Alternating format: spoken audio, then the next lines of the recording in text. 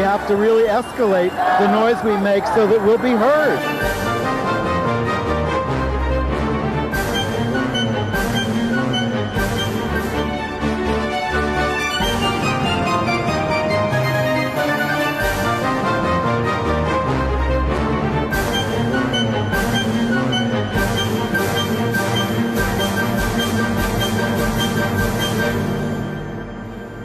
Welcome to Gay USA. I'm Andy Humm. And I'm Chris Cooper, filling in for Ann Northrup. Welcome, Chris Cooper. Honored to have you here. So glad you could be on this momentous day in the Republic. Last week, we were out, Merrin Johns and I were trying to do the show, and in the background, the Capitol was being overrun. And that was only the beginning of it. And this week, it's the impeachment proceedings. And well, it's been a typically quiet, lame duck week of political news. You know, not much going on. The articles of impeachment, by the way, in terms of LGBT news, were written by an out gay member of Congress. And the coup attempt at the Capitol was not just seditious, it was rife with anti-LGBT attacks. That's who they are. Still more anti-LGBTQ regulations were promulgated by the Trump administration on this last week. Incoming President Biden taps an out gay ambassador for a new job. A big one. We're going to talk about the passing of two prominent parents of gay sons who were about the same age and their very different responses to the coming out of their sons. Anderson Cooper talks about his late coming out and what was involved in that. And a top pro golfer was caught right live on TV uttering an anti-gay slur when he missed a putt. And for those of you who care, Sex and the City will be returning, but a lead cast member will be missing. Oh, all right. And you know, before we get to everything about what's going on right now, there's something else going on right now. People are being sworn in. There's good stuff happening. I want people to remember that. For instance, in Delaware, Sarah McBride was sworn in as a state senator. She's the first transgender state senator. She took her oath outside Claymore Community Center, which 70 years ago was the site of the first integrated high school in Delaware. Only 70 years ago. I'm 67. McBride is a former spokesperson for HRC. Also sworn in was Marie Pinky, the first out gay or lesbian senator. And the House swore in the first gay man, Eric Morrison, and the first Muslim, Medina Wilson Anton. And to circle back to Sarah McBride for a second, her swearing in makes her the highest ranking transgender official in United States history. Wow. So it's very much a big deal. That's great, even though there was a cross-dressing governor of New York in colonial days.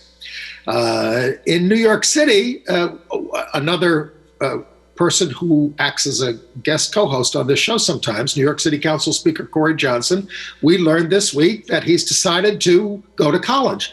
Corey graduated high school very famously, front page of the New York Times, out gay football player, immediately got involved in politics in New York after moving from Massachusetts. Well, he's announced he's a college freshman at 38. He's taking courses gradually at Columbia University. Now, Corey, of course, was perceived as one of the, if not the front runner for the mayoralty when it opens up after Bill de Blasio leaves office, term limited out. So, you know, but he stepped back from that for his own personal reasons, and he's taking a whole new approach with his life. So, you know, luck to him. Good for him. Maybe he'll take over the show. Maybe he will. And also just, again, picking up on news that's carried over from last year, but it happened this year. On the tragic side, the year started with more murders of trans people in Puerto Rico. Samuel Edmund Damian Valentin, a trans man, shot to death on January 9th, and two other members of the community, Edwin Matias Gonzalez, 42, on January 7th in Lares, and an unidentified body found, a member of the community, they say, though, in Vega Baja Beach. Activists are just pushing for, Puerto Rico, it's been a lot of ugliness down there around these issues, around LGBT issues and things. And also Montana is targeting trans youth the way Idaho did, trying to pass the same kind of bills, blocking trans youth from healthcare and from sports. And if we're going to talk about the murders of transgendered people, which have really, notched up steadily over the years, we can't also not mention that, again, in the last days of 2020, there was one more in New York City, Alexandria Winchester, who was a client of the Ali Forney Center, which does a lot of work with gay and lesbian and transgender youth. House them. Exactly. A woman of color and was murdered apparently by gunshot. No one knows the circumstances at this time, but that would make her the 44th murder or violent death of a transgender or gender nonconforming person in 2020. And that's the biggest. I don't think this didn't happen in previous years, even though these are records of what we know, because in the past people were misgendered. We just didn't even know about it. And again, I will say it every time we talk about these things. If you care about these people, if you're moved by their deaths, give them jobs, education, housing, etc. That's what's driving these things. All right, but Andy, you said you were going to start us off with some good news. That's not good news. We're skipping over the big headline. I'm moving into impeachment. It is notable that the articles of impeachment, we have a picture of them, were drafted by out-gay Representative David Cicilline of Rhode Island. He said it can go fast because all the sedition is on video. It's all been the evidence. Everybody saw the same thing. These people, the thing that strikes me the most about why Trump needed to be impeached was he watched what we were watching on television. He watched with glee for 6 hours before moving the federal government to do anything. And then we didn't hear from federal agencies for days and days. There were no press conferences, no announcements of anything. And we're about to move into this next week where everybody's threatened in every state capital and in Washington with gun violence. And has Trump moved aggressively to stop it? No. Okay, so to finish talking about Cicilline and his role, he not only drafted these articles of impeachment, he started drafting them while the siege of the Capitol was underway, while they were on lockdown and hiding out. He was like hidden under his desk and took out his pen and started drafting the articles of impeachment right then and there. So good for him. I just don't understand why these members, they're now attacking Democrats and saying, you're violent too. But they were assaulted. They could have been murdered themselves. The crowd wanted to murder the vice president, who also was taking no action, wouldn't do anything with the 25th Amendment. But actually, impeachment is better, because if you do the 25th Amendment, where the cabinet gets together and says, get out of here, you're nuts, Trump could have come back to the Congress and said, I'm fine, and could be president again. And you would need 2/3 of both houses to remove him. Now you just need the Senate to convict. And the main reason they're doing it so late is because there will be a clause that says he cannot hold office in federal office in the United States ever again. And that's okay. But there's a lot to unpack in all of that. Well, for example, a lot of people say, why bother? If he's going to be gone in now, 7 days, and probably by the time viewers see this 6 days, why bother going through all the impeachment process? And as you mentioned, one of the reasons for that is because if he is impeached, there can be a clause that says you cannot hold federal office ever again. So that's one reason to do the impeachment. But the other reason is because there is a vital principle and message to be sent by impeaching him, which is that if any other president does something like this again, there will be consequences. We can't let something so momentous, something so monumental as the riot in our Capitol to go without some sort of punishment, some sort of consequences. So that's the other important thing, and why impeachment has to happen, and we can't wait out the clock for this guy to go. The other thing is that there's tremendous damage he can do in the time that he has left. Now, again, impeachment is not going to get him out before that, but it was a mechanism to put pressure on the vice president to say, hey, use that 25th Amendment to get him out so that we don't, so that he can't be a danger, so that he can't pardon. They could get him out beforehand, though. McConnell and Schumer, the leaders, can agree to come back in emergency session tomorrow and do it. They can but McConnell do it before he pardons the whole crime family and himself. Well, exactly. Now, pardoning himself probably won't stand. I can't imagine that's going to stand. But he can pardon his crime family. He can, as Nancy Pelosi pointed out on 60 Minutes, he can pardon the seditious rioters who overtook the Capitol. So there's plenty of damage, and that's ignoring the damage that he can do on the international scene. Start a war and then declare martial law and say, hey, you need to keep me around because we're in the middle of a war. There's all that's, perhaps far-fetched, but with this guy, nothing is far-fetched. I mean, the military leaders, signed joint statements and seem to be moving away from him. But this coup involved members of the military. It involved collaboration from some Capitol Police. It involved collaboration from some members of Congress who, one of them gave guided tours to the insurrectionists the day before to show them where everything was. That's a claim. That's a claim of one Democratic representative. Now, she hasn't articulated how she knows. I saw the picture. Yeah, but she hasn't said how she knows that this was, a scouting out of. Well, and then one of the reasons they talk about for even a delayed vote, when they talk about this later, they're going to vote later, like 100 days into the Biden administration, is that it will be time to assemble all of the evidence. I was semi-impressed when the FBI and the federal prosecutor did finally come out on Tuesday and announce we've got 170 suspects, 70 people indicted. We've got hundreds more that we're going to indict. Don't worry that we only indicted them on trespass and theft, because we're going to indict them on sedition and conspiracy, and they can serve 20 years apiece. And that may slow down some of this stuff that is set to happen around the country this week in the state capitals and in Washington. Once they know they're going to face severe consequences, lifetimes in prison. And the other thing I love is that their relatives are turning them in. They see their pictures. They've had to suffer through Thanksgiving dinners with these MAGA idiots, and they know who they are. They hate them. And one of them was turned in by his ex-wife, which I thought was delicious. One of them was turned in by a lesbian child, both the couple, because they'd thrown her out of the house for going to a Black Lives Matter demonstration. And so she knew they were going to this one, and she turned them in. Her parents. The other thing I love is you can search the web for the videos of these. They're anti-maskers. There's a lot of overlap between the anti-maskers and these protesters / rioters. We can't call them all rioters because we don't know they all ended up inside the Capitol building.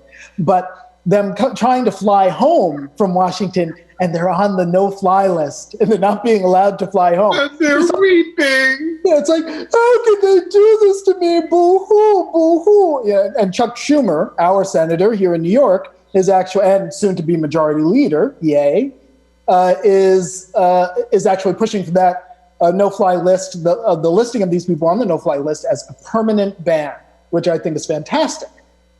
You have high hopes for our Senator Chuck Schumer?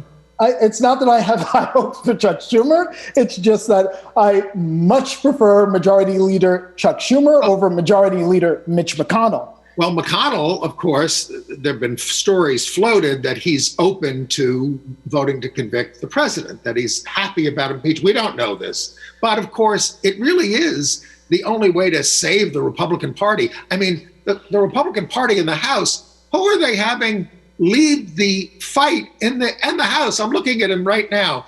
Jim Jordan, the guy who covered up sexual abuse of wrestlers when he was a coach there in Ohio for a decade. This is the guy, this hard ass.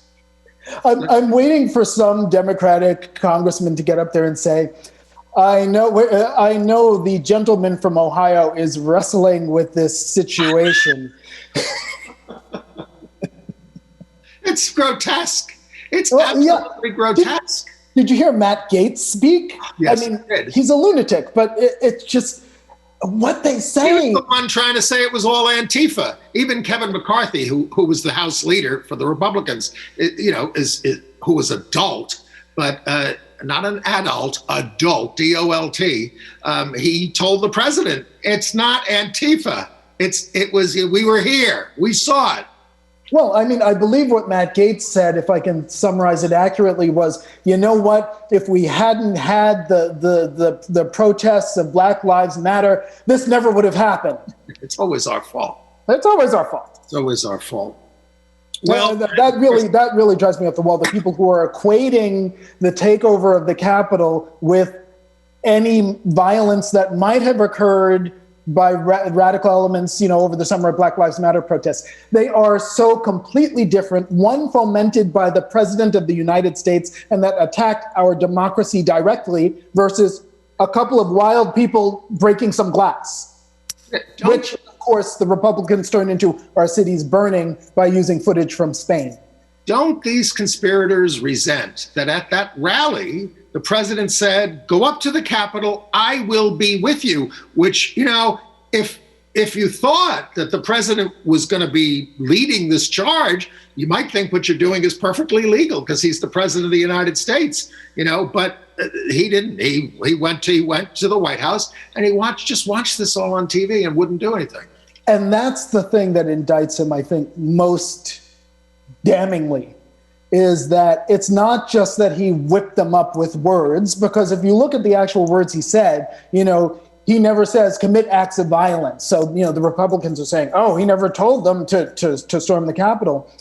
But then, having whipped them up with his words, when they actually did do the violence and did storm the Capitol, he, the person who was in charge of the executive branch, who was in charge of keeping order, who has made law and order the underpinning, allegedly, of his tenure, sat there with his thumbs up his butt and did nothing but look and laugh and sit back and enjoy it. And if that's not intent to foment a riot, I don't know what it is. Well, Representative Cori Bush, a new member, she said, Democrat, she said it was a white supremacist rally led by a white supremacist. That's what this is all about in this country. This is, and they wear T-shirts that say Civil War. They wear T-shirts that say Camp Auschwitz, finish the job on the Jews. This is what they do. They bring the Confederate battle flag into the Capitol building. Yeah, the first time ever. Yep. It didn't happen in the Civil War. It managed to. Here we are. Here's Washington, right up against Virginia, which is the seat of the Confederacy, and Lincoln managed to keep them away from the Capitol and the White House. To say that white supremacy, racial animus was the only motivator of the Capitol riot would be untrue, but it is the underpinning. It runs as the undercurrent of the whole thing. Anyway, we didn't even really. The most depressing thing about this whole election was that Trump increased his vote to 73 million. But this is the reason why I'm not depressed by what's happened. Okay. First of all, we all knew it was coming. So, to that extent, it's painful and it's horrible to actually see it. But we knew this is what this man and his ilk are building towards all this time. The beautiful thing is the backlash and the response and how it has knocked that movement on its heels. They have been boxed out by corporate America, booted off of Twitter, Trump banned permanently from Twitter. My life is so much more relaxed. I don't wake up in the morning and there's not tweets from this madman. I'm still worried about next week, and I'm still worried about a fast-moving virus that they've mishandled. Without a doubt. But what I'm saying is politically, they have boxed themselves in. They are on their heels. They are on the defensive. We have the Senate. We have the House. We will shortly have the presidency. It is not a perfect situation, but things are moving in the right direction, at least. They're playing defense. We are moving forward, and we have the moral high ground. And they certainly don't have the moral high ground between Rudy Giuliani and calling for combat. And by the way, there's a big move to disbar him now. Donald Trump Jr. at the rally, in addition to threatening any Republican who didn't swear allegiance to his father, he spewed obscenities in attacking transgender women in women's sports. Even Fox News, when he started doing this at the rally, had to cut away from him. And Ivanka, of course, the sister, called the insurrectionists patriots. Don Jr. complained on Twitter that his dad got banned from Twitter, even though he hasn't been killing homosexuals like the Ayatollah, or I don't know who he's talking about, and dictators can have their accounts, but not our president. He said Mao Zedong would be proud. So then you had the parade of people, rats leaving the sinking ship, Mulvaney. Betsy DeVos quit. But in parting, she ensured that trans students could still be targeted for discrimination in schools. They solidified all these regulations. And, Joe Biden can't come in and snap his fingers and get rid of all these things tomorrow. Well, exactly. They promulgated new rules also at the Department of Justice that are going to make it much, much harder to use disparate impact. That's another big headline that has come out of these final days of the administration that basically has been buried by all this other news. So what they've done is and what's been used for a long time in prosecuting the Equal Rights Act, specifically, I think it's Title VI of the Equal Rights Act. And the way that has been interpreted up until now is that if there is disparate impact on a minority community, then that is a basis for bringing litigation against a particular measure, saying that it is discriminatory. And we should explain what that means. Disparate impact. You come into a firm, and this happened in the advertising industry, for instance, and they said, where are the black people? You look around the room and everybody's white. And that means that, you say you don't discriminate, but nobody here, black. It's actually more specific than that, Andy. I'm gonna zero it in even a little bit more if I can. Are you a lawyer? No, but I play one on TV. One of the best examples is voting rights, which is very apt considering how the Republicans have been trying to suppress the African American vote around the country. Where, for example, in the South, they would institute a law that says, you have to pass a reading test before you can vote. Well, because African Americans had been given such shoddy education or forced out of education in so many areas of the South, that meant a lot more black people couldn't read, or at least not read to the level that these tests insisted was necessary. Now, there's nothing inherently discriminatory about the reading test. It doesn't, say, black people can't vote, but the effect, the disparate impact, was that it kept black people from voting in much higher numbers than white people, even though there was no mandatory need for this in order to accomplish the goal. Well, that's what disparate impact is about, and that's what they're trying to take away, even though it's been the most powerful tool in the Justice Civil Rights Toolkit to try to make change. And what's particularly galling about it is that this is an era where we have been finally confronting the fact that there is implicit bias that runs through our nation. That's what a lot of this summer was all about. And Biden speaks about it. Biden speaks about it. That's a first. I don't even think Obama spoke about it. And this tool particularly helps to get at that implicit bias, because those can turn up in rules that aren't obviously discriminatory, but that have disparate impact. And what the Trump administration, their Justice Department, is now doing is shutting that down. And that's going to have ripple effects, not just on race, but also on us as LGBTQ people. So it's really awful. And as you said, this is not something that Biden can just walk in and undo. So, we've got our work cut out for us. It will take some time, but New York City is severing all contracts with Trump. They've tried to do this before. To sever the contracts, you've got to work on certain clauses.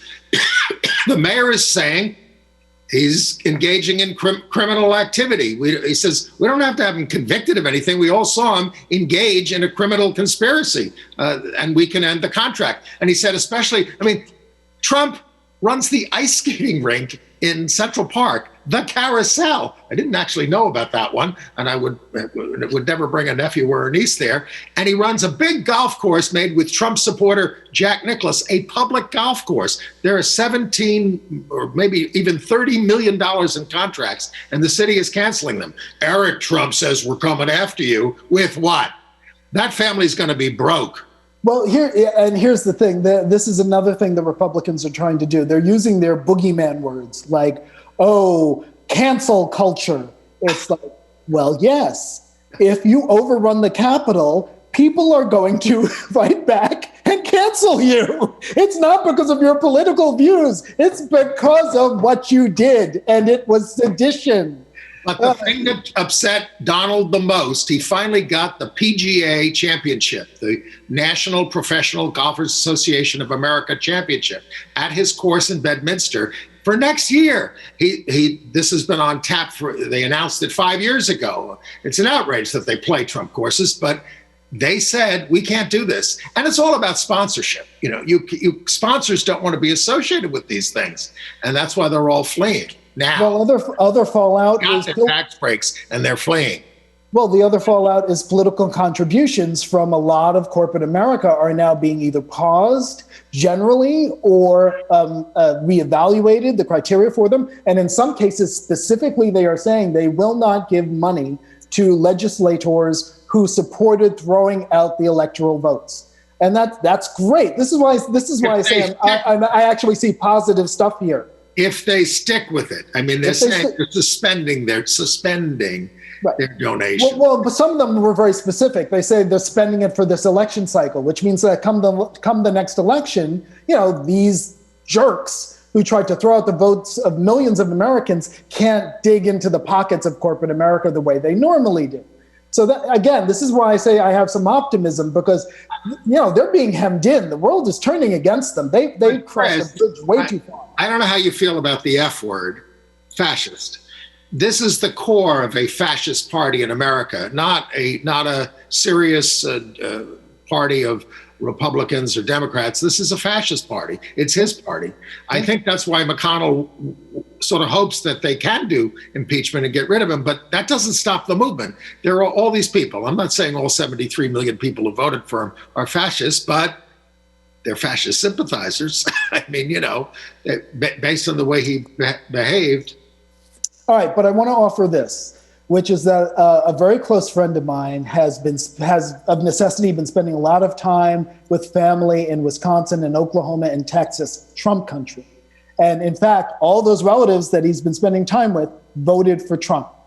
And with the exception of one of them, he says all his relatives, in light of what has happened, have said supporting Trump is the biggest mistake I ever made. So what seems to be happening is that, yes, there's that fascist white supremacist core of his support, the people who stormed the Capitol, but that's not the whole 75 million votes he got. There's a lot that wanted to shake up Washington, and they saw Trump as a means to do that. And now they're perceiving this is no good, this doesn't work. And that's shake up Washington. All he did is turn it over to corporations and organize, right-wing religion.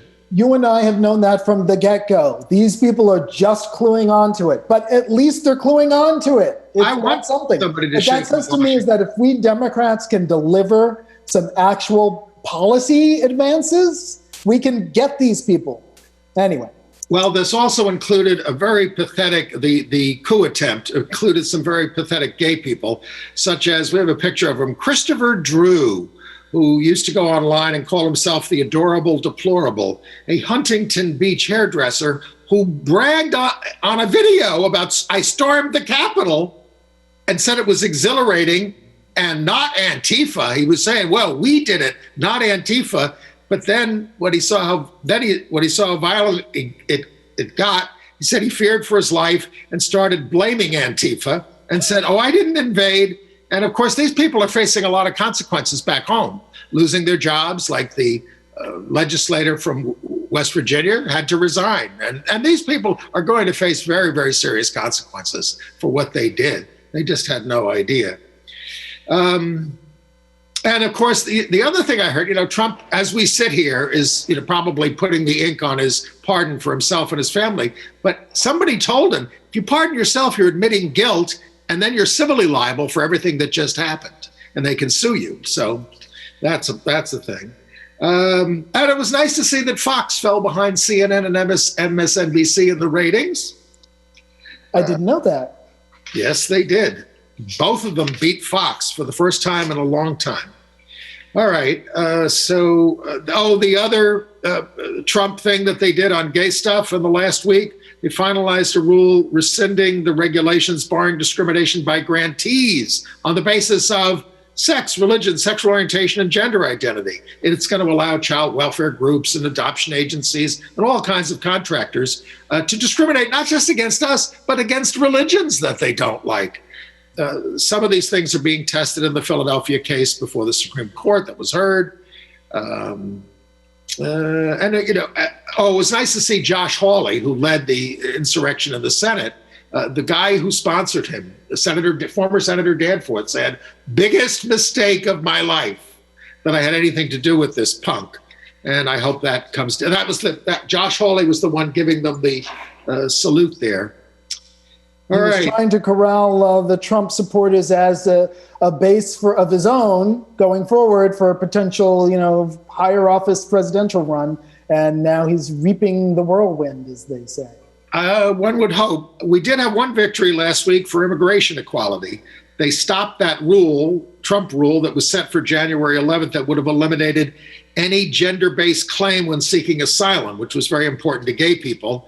It erected insurmountable barriers to gay people and people living with HIV. So it's still being litigated. Biden can't undo it, automatically, but it could be stopped by the courts, and it is being stopped right now. And Sheldon Adelson died. This was the biggest donor really ever to the Republican Party. He's the one who propped up Trump to the tune of like $25 million of his own money just for that first campaign. And folks, this is a bigger issue. Why does anybody have $36 billion? Because we don't tax people progressively. That's obscene. It's the obscene wealth gap. We're not going to solve any of these problems if we allow that to continue. And also, it's great to see that Trump faces charges in Georgia for interfering with the election. That's in the impeachment things, but he could be criminally liable for that. And they have a new DA in Fulton County, Fani, F-A-N-I, Willis. She's the daughter of a Black Panther, and she ain't having none of it. And by the way, Governor Kemp can't pardon Trump. Most governors can. They've got a 5-person panel that does it down there. Oh, nice. All right. How about let's talk about the new president, Joe Biden.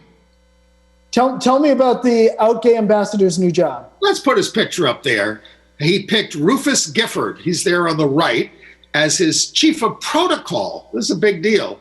Gifford is pictured with his husband, Stephen DeVincent, when Gifford was our ambassador to Denmark. He is a celebrity. He has celebrity status. When he was ambassador to Denmark, he did a thing. I Am the American Ambassador. It was a TV show. But he is going to be tasked with repairing our relationships around the globe. He oversees all functions at the State Department and at Blair House, which is where they put you up if you're a foreign guest visiting the country. He supported Buttigieg in the campaign, but he is now going to handle all the protocol stuff. He's the liaison with all the foreign diplomats. That's something, because a lot of foreign diplomats come from countries that don't like gay people. There are 75 of them or so that still ban sodomy. And if he's in charge of repairing the relationships, he's got a huge Now, there is job concern about the lack of people of color at the top echelons of the State Department, even though the UN ambassador, Linda Thomas Greenfield, is Black, and she has deep ties to Africa, and she's considered a diplomatic powerhouse. All right. Oh, we have a little case here that you might have some unique perspective on. Oh boy, here we go. Talk about what happened with Maya Ponsetto and who. All right, Andy, enough. All right. Enough. So explain what you just did. Well, okay. So Mia Poncetta is the young lady who was caught on a viral video attacking a 14-year-old black teenager in the lobby of a Soho hotel as he came out of the elevator with his dad. They were guests of the hotel. But Mia decided spontaneously that young black teenager had stolen her cell phone because she'd lost it. And she saw he was holding a cell phone, his own, and she decided it was hers. And she went after the kid. Yeah, the video, which you may have seen, has her screaming and ranting and yelling, saying, "That's my phone, get him, don't let him go, get my phone." And then finally, she tackles him, physically tackles him, or let's put it this way, appears to physically tackle him in the video. So this video went viral. They finally identified her. And Gayle King, who interviewed me after my viral video incident, and she's, Gayle King is like the sweetest person. Oh, wait a minute. You're the Central Park birder. I am. I love it when people say the Central Park birder, as if there's only one. But anyway, Gayle is the sweetest interviewer alive. And she gave this woman ample opportunity to, sort of dig herself out of whatever hole. And she just kept digging that hole deeper and deeper. And to the point where she finally said to Gayle, "All right, Gayle, enough." Well, just like she said, "Gayle, I'm super sweet." Now, wait a minute. She was arrested. The police department went out there. No, she was found in California. She resisted, but they got her out of the car. They hauled her out of a car. They shoot her. Had to haul her out. Yeah. And it's just, she's sorry to hurt this. The point is that this is racial profiling at its worst. Yes, she lost her phone. It was later returned to her. And she just looked at this kid, saw it was a black kid. And before was like, people get too encouraged, the kid's father is Keyon, Keyon Harold, a very Grammy award-winning musician, jazz musician. And the mother of the teen said, "If we were a family that didn't have these connections, if I was a maid, this story wouldn't have hit the news." Mm-hmm. And so that's the issue. Anyway, check out the viral video if you want a good laugh, because she really digs the hole even deeper in the interview with Gayle King. She should be in Clueless, because that's what she is. Now, we're going to talk about two famous parents of gays that died. Do you remember? Well, I don't know if you're old enough. Do you remember An American Family on PBS? It was sort of one of the first reality series, 1973. This family from California, 5 kids, well-to-do. Let's a camera crew move in with them. They even made a movie about it with James Gandolfini playing the director a couple of years ago. Huh. Anyway, the mother of the family was Pat Loud, and she has died at the age of 94. So she was on this series. But it's a show where we have a picture of the family. We have a picture of her with her son Lance, who came out on the show. Although, I don't think he had to, but they talked about him being gay and in New York. She would visit him in New York. They were from California.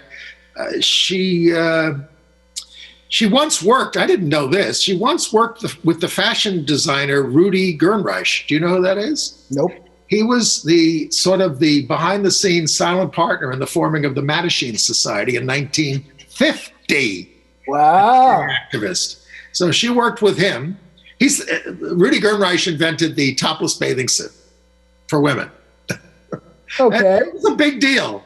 Anyway, Lance became sick with HIV in 87 and died of complications from hepatitis C in 2001. Now, she divorced her husband, Bill. He ended up moving back towards the end of the life. They didn't remarry. They said they did the show because it sounded like fun, but of course it got difficult. 12 episodes. And she said they went for the sensationalistic stuff. She was a Stanford graduate. It was reality TV before there was reality TV. Yes, she worked as a literary agent in New York in 74 after the divorce. She lived in Bath, the United Kingdom, and she moved in with Lance when he was sick, and Lance wanted his final days on film. We will include a clip of the two of them from that 1973 series from Pat Loud. 94. About the same age was Tommy Lasorda, the manager of the Dodgers, who died this past week. You want to talk about Tommy and baseball? And I am a sports ignoramus. I know the name Tommy Lasorda. Really? So when I heard that he died, I'm like, okay, I know that's a baseball person who was. He was quite pugnacious, and he was 93. He was about the same age as Pat. This guy won 2 World Series. He was a celebrity because it was the Los Angeles Dodgers, where all of Hollywood is, you see. So he was on TV shows all the time, things like that. But he had a gay son, Tommy Jr., who died of AIDS. But a son that he did not acknowledge was gay publicly or. He got asked about it the year after Tommy Jr. died. This was a gorgeous guy. We got a picture of the two of them, known as Spunky, according to a friend. When Lasorda was asked about it, he exploded. My son wasn't gay. I mean, his son died of AIDS. He said, no effing way. I read that in the paper. I also read that a lady gave birth to a monkey, and that's not the truth. Well, so he was pretty defensive about it. And he would only say his son died of pneumonia. A lesbian journalist said Lasorda did acknowledge reality at a charity event 100 years later. A friend said that Spunky, the son, was closeted and didn't resent his father, and that baseball was just an environment where there was no tolerance of gay people, which was pretty true. Spunky was friends with Glenn Burke, the first to come out player. Do you know who Glenn Burke was? He invented high fives. I invented the high five. I was reading up on him. African-American player who I think he came out after he retired, but he was out to his teammates when he was there. Known in the clubhouse that he was gay, right? And that of course, for some it was no problem, but it did cause friction with the likes of like Al Campanis and who I do know because I watched him on Nightline, and Tommy Lasorda, obviously. Right. So, when Burke was traded to Oakland, it was under the homophobic manager Billy Martin, who had an anti-gay slur on his lips every 5 seconds. But Tommy never spoke about his gay son. Anyway, enough on him. And then there's Anderson Cooper. He just happened to be asked a question, I think by viewers or something, on CNN, and he opened up about what took him so long to come out. He said, he now calls it a blessing, but he struggled so long. He said he was 7 when he realized, now this is a rich kid in New York, the daughter of Gloria, what? 7? 5. How did you find out at 5? Which superhero was it? I'm not telling. You're not telling? Emery Hetrick, who founded the Hetrick Martin Institute, said it was Batman. But that's how he knew at the age of 5. Anyway, Anderson said he knew he was different and told some friends in high school and embraced it after college, but he worried that it would interfere with his ambitions. And this is what Ann Northrup talks about all the time. People don't want to give up their privilege, and that's why they don't come out. But he's a lot younger than us. To be perfectly honest, that was one of my major problems with the candidacy of Pete Buttigieg, was his history of being in the closet all through college and Harvard in the 90s. I mean, if there's a place you can be open, it's Harvard in the 90s. But ambition want to will give up do that privilege. I mean, he said, I wanted to get married to a woman. I thought of a woman. I've had kids, but in his circle, he ought to have been able to observe there were lots of gay men who had kids and were in long-term relationships. I mean, I have friends that met in the early 60s and were together for 52 years in New York, and the same kind of a thing. So but people with certain kinds, like Jim McGreevey, the governor of New Jersey, they have certain kinds of ambitions that don't come out. Yeah, that's true. All right.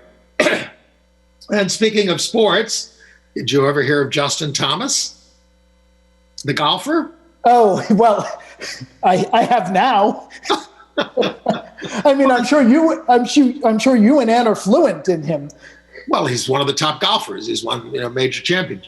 But he's really one of the top 5 golfers in the world. Ann would know exactly where he is on the world list. But so he's playing in a big tournament of champions out in Hawaii, and he just misses a little putt, and he goes, "You faggot," and the microphone picks it up. After the round, he's confronted about this. He says, "What?" In other words, this slur was on his lips. It's like Alec Baldwin does this whenever he gets cornered. He starts lashing out and calling people the F word. And I'm talking about the anti-gay slur and things like this. So he made multiple apologies. This is not me. Well, can I say I watched at least one of those apologies, and I have to say it seemed sincere. You know, it wasn't one of those mealy-mouthed apologies like Mia Ponsetto gave.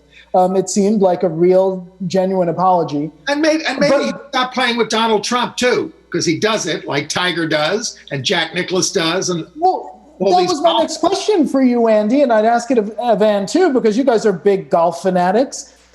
How are you going to reconcile this whole, you know, all these golfers? I mean, golf is in bed with Donald Trump. It's horrendous. How going forward does that? Very proud of the PGA finally saying they wouldn't have the tournament there.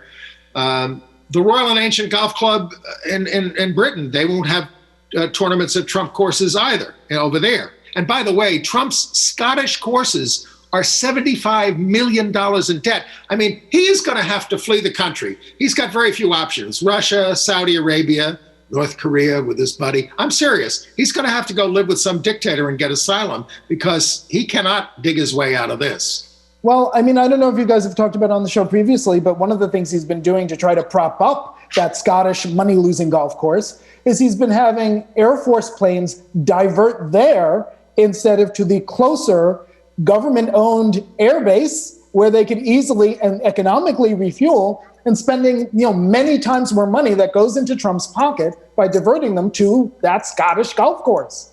It's crazy, and he gets away with it. Well, he got away with everything because don't forget the emoluments clause and all the ethics rules that were violated by the administration, right? Which were not violated in the Obama administration once, right? I mean, somebody can call me on that, but I don't remember any.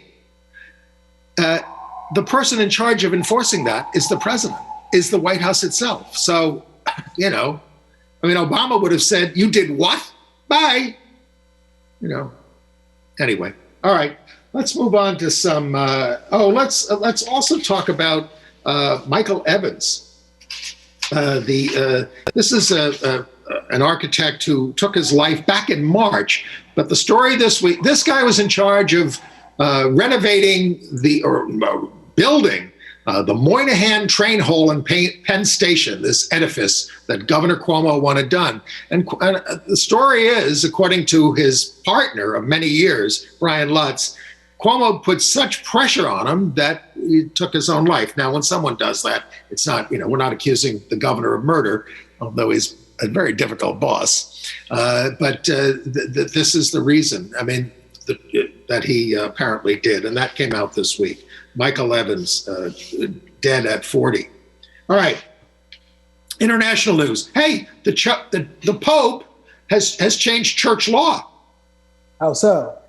He's going to let women read at masses and be altar servers. Now, that's been going on in the United States for a long time, but you can't still be priests. You know, I always say, you know, the Pope likes to lecture us about morality and, you know, environment, all these kinds of things. Some of them sound nice, but until a lesbian can have your job, you're working for a discriminatory organization. Anyway. Well, meanwhile, in Uganda, they have elections coming up scheduled tomorrow. For the 14th. That's true. That is tomorrow. Good Lord. Tomorrow for us, by the time you see this, those elections may already be happening or have happened. Right. But in the run-up to those elections, there's a tremendous amount of fear that LGBT people will be targeted because one of the ways they gin up, as we have seen across the world, one of the ways dictators and right-wing parties try to whip up their base is by, and here in this country, is by throwing us, gay people, under the bus. We're the easy targets. And so Frank Mugisha... Scapegoats. Sorry? Scapegoats. Scapegoats, exactly. And Frank Mugisha, who heads Sexual Minorities Uganda, who should, you know, win a Nobel Peace Prize for being so brave. Been a guest on this show. Exactly. But he says they've seen increased harassment against LGBT LGBT persons, and that that there are LGBTQ people are actually afraid to vote. So they're encouraging them to vote early in the morning because they figure there will be fewer people and it will be safer. But that's what they're dealing with in Uganda. You know, when I see activists, LGBTQ activists in Uganda holding pride marches, these are the bravest people in the world. The bravest people in the world, without a doubt. Bravest people in the world. Well, we told you that Switzerland passed same-sex marriage, and the polling says that 80% of the people support that. So, yes, the opposition could do a referendum if they get 50,000 signatures, but they think it would lose if they had it. But the my Swiss friends, you can't get married until January 1st of next year. Yeah, they figured that's the earliest it will happen because of this possible referendum challenge. All right. At least it only requires a majority vote nationally and not ratification by all 26 cantons, which is their equivalent of states. It's not a constitutional change, so it doesn't require that level of vote. Okay. In Indonesia, that gay policeman who was fired for sexual orientation, he lost his legal suit at the lower court to be reinstated. Now, this is another guy. Yeah, they kicked it out. They wouldn't even consider it. And there wasn't any sort of explanation as to why they wouldn't consider it, which is kind of disconcerting. So I think his lawyer was thinking of filing an appeal. Well, his name is Tri Teguh Pujianto, a 10-year veteran of the force. And as I said, a very brave man. They're considering an appeal. All right, some entertainment news. You got any reviews for us, Chris? What reviews? There's been no releases, no movies coming when out. Things get released on Netflix and Amazon. And I've been meaning to watch Wonder... You're desperate for entertainment. I've been meaning to watch Wonder Woman 1984 just for the laugh because I hear it's horrible. All my friends who are all comic book people hated it, but so I want to hate watch it, but I haven't gotten to it yet. What I did watch was Bridgerton. In fact, my boyfriend and I just finished watching the entire run of it last night. Bridgerton? It's silly, romantic novel, period puff, but it's fun, and there is a little bit of gay content. All right. Excuse me, I'm losing my voice. Talk more. Okay. What else have I been binging watching? Star Trek Discovery just wrapped its third season. It is chock full of gay content, LGBTQ content, in fact. Anthony Rapp in there? I'm sorry? Is Anthony Rapp in there? Anthony Rapp is in it. He plays an openly gay engineer, chief engineer. His lover is one of the medical officers on the ship and is played by, I'm blanking on his name, come on brain. He was on My So-Called Life. Was that the show he was on? No, I don't know. I'm losing it. Anthony came on a movie the other day. I was watching it, and then I saw his name in the credits. I had to go back and look at him. He was like 14, about the time Kevin Spacey pounced on him. Wow. Well, the thing about Star Trek Discovery is that this season they introduced non-binary characters, one who has to be called by they. It was all very progressive. My only complaint, if I had one, is that they did it in a manner that was a little too heavy-handed. It should have been more naturally incorporated into the show as opposed to having the character have to ask another character, hey, will you call me by the pronoun they? They should have just done it. But, it's all progress and it's all good. All right. Are you a Walking Dead fan? I am. You know about the LGBT spinoff that they're preparing now? No. Yes, they are. That's all I know. They're doing some variations of it, a couple of them, and that's one of them. Well, they've done a couple of variations already, all of which I shun. I think the original series, which is the only one I deign to watch, is coming up on its final season, and that will wash my hands of The Walking Dead. Okay. All right. Sex and the City, I had to watch it sometimes because I live with some guys who were devoted to it, so it was on a lot. But they're going to do a reboot, and it's going to be called And Just Like That, which apparently is some kind of like a line from the show. But they couldn't get Kim Cattrall to play Samantha again. Well, I mean, there's been rumors for years, and I say this as someone who barely ever saw the show. But there's been rumors for years that they all hated her and she hated them, and there was a lot of infighting. She didn't get along with Sarah Jessica Parker. We got a picture of Sarah Jessica Parker. Cynthia Nixon, out lesbian, not playing one, though, although maybe she'll, who knows, in the new series. And Kristen Davis, they're going to be paying them $1 million each per episode for 10 episodes. That's a nice check. And there are 10. That's going to be on HBO Max, and its filming is going to bring in the spring. All right, let's finish up. Where are you on the optimism, pessimism level of what our country is facing between COVID, what we're threatened with next week, the new administration, everything? Optimism, definitely up on the optimism, because we have light at the end of the tunnel with COVID in terms of the vaccine. Even though it's being rolled out, not necessarily in the best way, there's still light at the end of the tunnel. So, and I would say to all our viewers, carry on with the masking, with the hand washing, with the social distancing, with your limiting your interactions, because we just need to hang on by our fingernails for a little while longer until we're all vaccinated, and then we can get back to normal, which is what we all want. So, please continue with all of those things. Keep yourself safe and healthy, and keep others around you safe and healthy. So that's one reason to have to be positive. And the other is we took the Senate. I mean, who thought we would take the Senate? And that got lost in all the Capitol stuff. But we took it. We have it. We have it by a razor-thin margin, but we have it.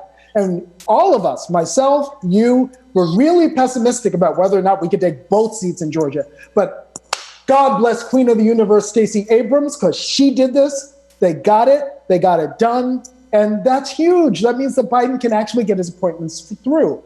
Our job now, as progressives, is to keep the pressure on Biden to not be middle of the road, to go bold, to make changes, to pass legislation that will actually make a difference in the American people's lives. Because if we get that, we can shear away that section of the 75 million Trump voters who only voted for him because they felt like they had to shake up Washington. There were only 3 times since the Civil War where a sitting president expanded members of his own party in the Congress. 3 times. One was Bill Clinton after he was impeached. Another was George Bush after 9/11. He got more. And the other one, of course, was Franklin Delano Roosevelt, because Roosevelt comes in with a program, the New Deal, and he does something, and he gives people hope, and then built up loyalty. And they elected Democratic presidents 5 more times after that. As a result, 5 more times. So, the way Trump was able to cement his hold on so many people is because he gave the appearance. I'm not saying he actually did this, but he gave the appearance that he went into office and did what he said he was going to do. That was the appearance he gave, and that helped cement his hold on people. We've got to deliver. And the best way to do that is we've got to get rid of the filibuster rule in the Senate. Well, Joe Manchin says no, so it's no. It's got to go. It's got to whatever. The Senate has to go. I mean, if another country started a government and they said, "Oh, we're going to give two representatives to Idaho and 2 to California," we'd say, "Forget it. That's undemocratic." Exactly. All right, 10 seconds. Thank you for being with us, Chris. My pleasure, Andy.